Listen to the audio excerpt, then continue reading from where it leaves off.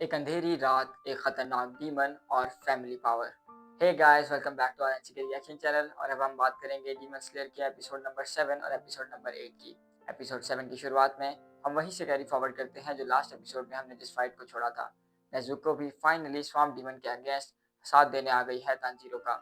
इस बार तांजीरो को मौका मिलता है इन स्वाम्प डीमंस को उन्हीं के रियन में, उन्हीं के डायमेंशन में जाकर हराने का। वो उनके डायमेंशन में जैसे ही एंटर होता है, वो एक वाटरी मड टाइप डायमेंशन है जहाँ पर उसकी ब्रीदिंग थोड़ी सी इफेक्ट होती है। लेकिन क्योंकि उसकी टेक्निक वाटर टेक्निक है तो उसको यहाँ पर हेल्प मिलती है और वो अपने अटैक से उस डीमन को हरा देता है।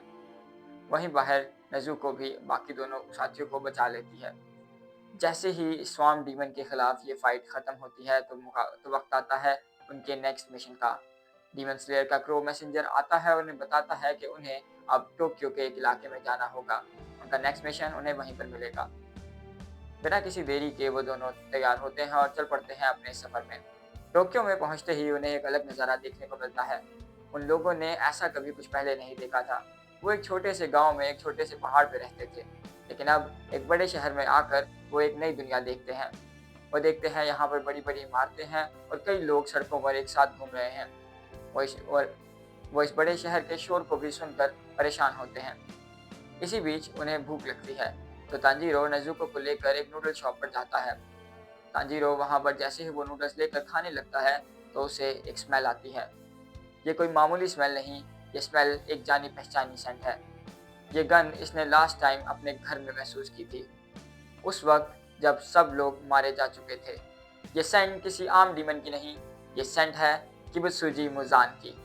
और हैरानी की बात यह है कि वो जैसे ही मुजान के सामने जाता है, उसे एक आम इंसान नजर आता है।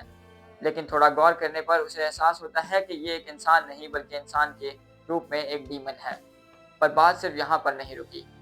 मुजान ने अपने साथ एक पूरी फैमिली क्रिएट की हुई है। उसके साथ उसकी बीवी और छोटी बच्ची भी हैं। इससे पहले कि तांजीरो उस पर अटैक कर पाता, वो उन्हें देखकर चौंक उठता है और उसे एहसास होता है कि इसने उनसे भी झूठ बोला है अब तक।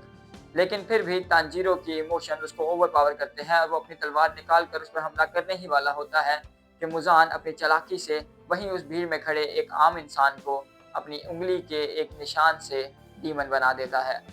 उसके डीमन बनते ही पूरी भीड़ में भगदड़ मच जाती है और सब इधर उधर भागने लगते हैं। तांजीरो यहाँ देखकर सोचता है कि क्या वो मुजान को मारने जाए या फिर इस आदमी की जान बचाए। अंत में वो फैसला करता है इसे बचाने का और इस सब का फायदा उठाकर मुजान वहां से निकल जाता है। लेकिन यहाँ पर भी कुछ अलग होता है। हालांकि तांजीरो उस डीमन को पकड़ रहा होता है, बाकी सब लोगों को बचाने के लिए वहां पर पुलिस पहुंचती है। बाकी लोग आते हैं और उन्हें लगता है कि तांजीरो उस आदमी को मार रहा है और वो उस पर हमला करने की कोशिश करते हैं और उस आदमी को छुड़ाने लगते हैं। वहीं पर एकदम से एक अजीब सा स्पेल आता है और सब लोग खामोश हो जाते हैं और एंट्री होती है लेडी तमायो की। वो इस भीड़ से तांजीरो को लेकर जाती है।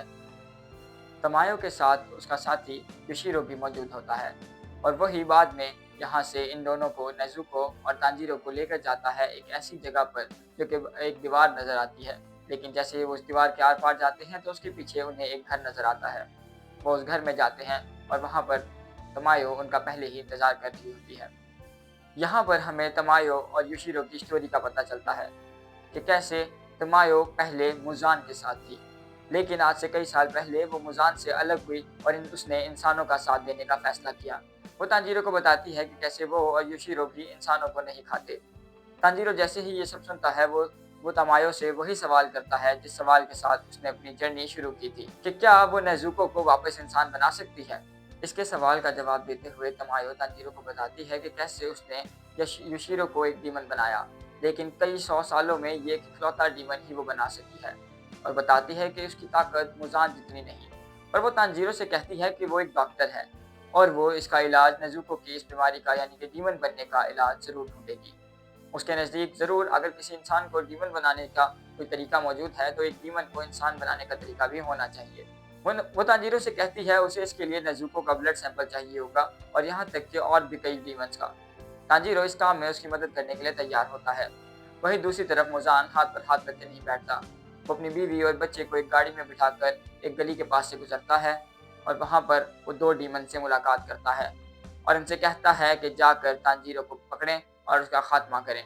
वहीं दूसरी तरफ घर में यूशिरो, तमायो, तांजीरो और नेजुको आपस में बात कर रहे होते हैं कि एकदम से एक गेंद दीवार के आर पार होती है। ये अटैक किसी और का नहीं, उन्हीं दो में से एक डीमन का है जिन दोनों को मुजान ने इन्हें मारने भेजा है।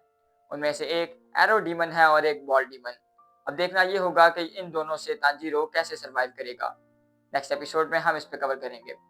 तब तक के लिए वीडियो को लाइक करें, कमेंट करें, शेयर करें दोस्तों के साथ, ज़्यादा से ज़्यादा चैनल को सब्सक्राइब करें हमेशा की तरह। Thank you for watching.